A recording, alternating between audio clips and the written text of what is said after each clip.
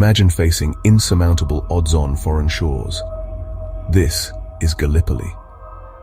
Toward the end of 1914, Russia called on the Western Allies for help in support against their Turkish enemies. This idea caught the attention of First Lord of the Admiralty Winston Churchill. In meeting with the War Council, he desired to attack specifically against Gallipoli in the Dardanelles.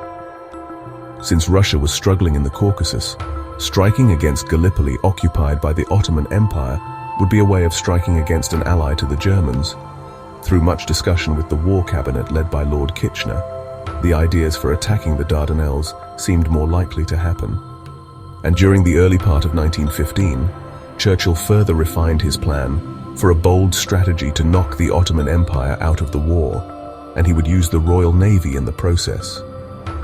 Though British troops were occupied in Europe, there were Australian and New Zealand troops available, which would be joined with a smaller detachment of British troops. The plan?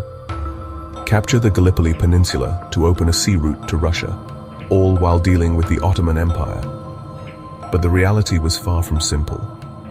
On April 25th, a force of 75,000 Australian and New Zealand troops with the British 29th Division and an assortment of other troops, under General Sir Ian Hamilton, landed at 5 beaches around Cape Helles in the south and Mydos in the north. Those troops that landed were hit by strong defenses from the Ottomans, who were led by German General Otto Liman von Sanders. Once troops started to move off the beaches through the day, things fared no better as they faced steep cliffs, dense scrub, and relentless Turkish gunfire from more than one position that overlooked the advance. It was hell on earth as one day came and went. Though Australian and New Zealand troops were ashore, they faced difficulties of getting into the mountains that overlooked the beaches.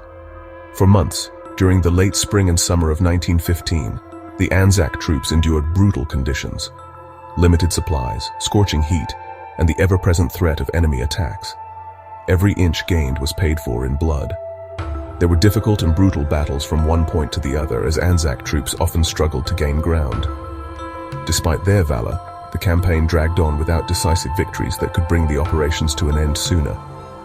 By the end of 1915, it was clear the gamble had failed.